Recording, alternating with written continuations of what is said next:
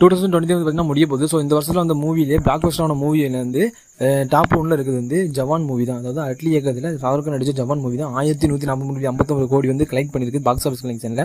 2020 முடிஞ்சக்கப்புறம் ஜவான் movie தான் top 1ல் இருக்குமோ அதெல்லாம் சின்ன டவுட். ஏன்னா ரீசெண்டாக பிரசாந்த் டைரக்ஷனில் ஆக்டர் பிரபாஸ் நடித்த சாலார் மூவின்னு ஒரு ரிலீஸ் ஆயிருக்குது. ஸோ அண்ட் வந்து படம் வந்து 22 டிசம்பரில் வந்து ரிலீஸ் ஆயிருக்குது. அண்ட் வந்து தமிழ், தெலுங்கு, ஹிந்தி, கன்னடா, மலையாளம் 5 லாங்குவேஜில் வந்து ரிலீஸ் பண்ணியிருக்காங்க. ஸோ இந்த படம் ரிலீஸ் ஆன ஃபஸ்ட்டு டேலேயே 128.7 கோடி வந்து கலெக்ட் பண்ணியிருக்கு. அண்ட் டே 2 வந்து 295.7 கோடி.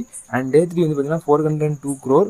அண்ட் டே 4 பார்த்தீங்கன்னா 450 crore வந்து வேர்ல்டு வைடாக கலெக்ஷன் பண்ணியிருக்கு. ஸோ பிரபாஸ் இதுக்கு முன்னாடி நடிச்ச ஆதிபுருஷ் மூவி வந்து ஃப்ளாப் ஆனதுனால இந்த படம் ஒரு பெரிய கம்பேக்னு சொல்லலாம். ஸோ இந்த படம் வந்து பிளாக் பஸ்டர் ஹிட் ஆனதுக்கு ரீசன் நீங்கள் நினைக்கிறீங்க? ஒன்று வந்து பிரபாஸோட ஆக்டிங்னாலே இல்லை படத்தோட கதையினால இல்லை டேரக்டர் பிரசாந்த்னாலயா?